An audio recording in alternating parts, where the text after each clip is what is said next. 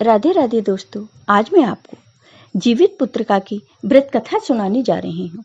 अगर आपको ये कथा पसंद आए तो कमेंट बॉक्स में जीमूत वाहन भगवान की जय अवश्य लिखिए।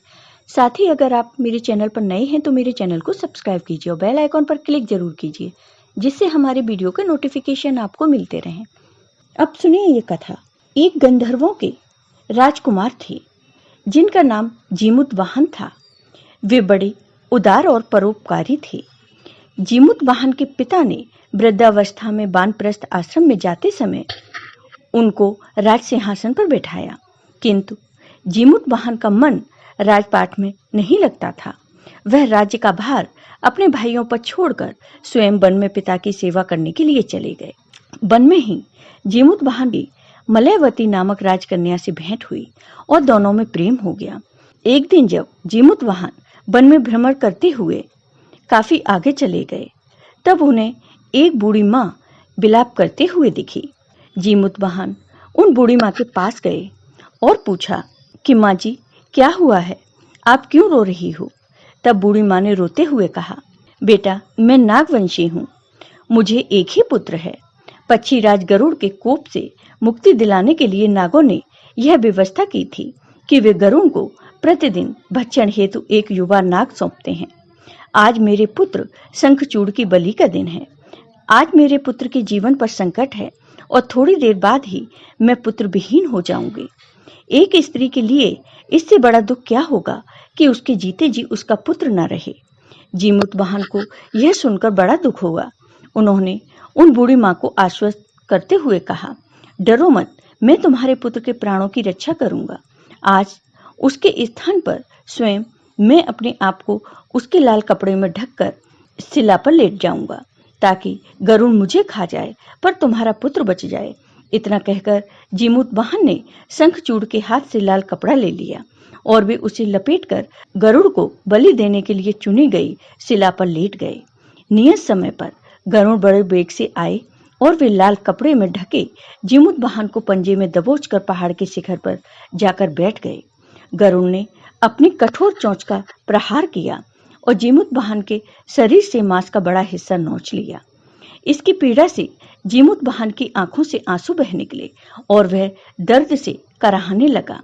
अपने पंजे में जकड़े प्राणी की आंखों में से आंसू और मुंह से कराह सुनकर गरुड़ बड़े आश्चर्य में पड़ गए, क्योंकि ऐसा पहले कभी न हुआ था। उन्होंने जीमूत वाहन से उनका परिचय पूछा।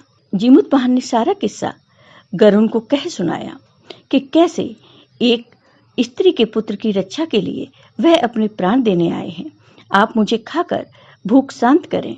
गरुड़ उनकी बहादुरी और दूसरे की प्राण रक्षा के लिए स्वयं का बलिदान देने की हिम्मत से बहुत प्रभावित हुए। उन्हें स्वयं पर पछतावा होने लगा। वह सोचने लगे कि एक यह मनुष्य है जो दूसरे के पुत्र की रक्षा के लिए स्वयं की बलि दे रहा है, और एक मैं हूँ जो देवों के संरक्षण में हूँ किंतु दूसरों की संतान की बलि ले रहा हूँ। उन्होंने जीमूत वाहन को मुक्त कर दिया। गरुड़ ने कहा, हे उत्तम मनुष्य, मैं तुम्हारी भावना और त्याग से बहुत प्रसन्न हूँ। मैंने तुम्हारे शरीर पर जो घाव किए हैं उसे ठीक कर देता हूँ। तुम अपनी प्रसन्नता के लिए मुझसे कोई वरदान मांग लो। तब राजकुमार जीमूत वाहन ने कहा, हे पक्षीराज, आप तो सर्वसमर्थ हैं।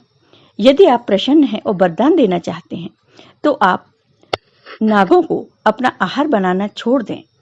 आपने अब तक जितने भी प्राण लिए हैं उन्हें जीवन प्रदान करें। गरुड़ ने सबको जीवन दान दे दिया और नागों की बलि न लेने का वरदान भी दिया।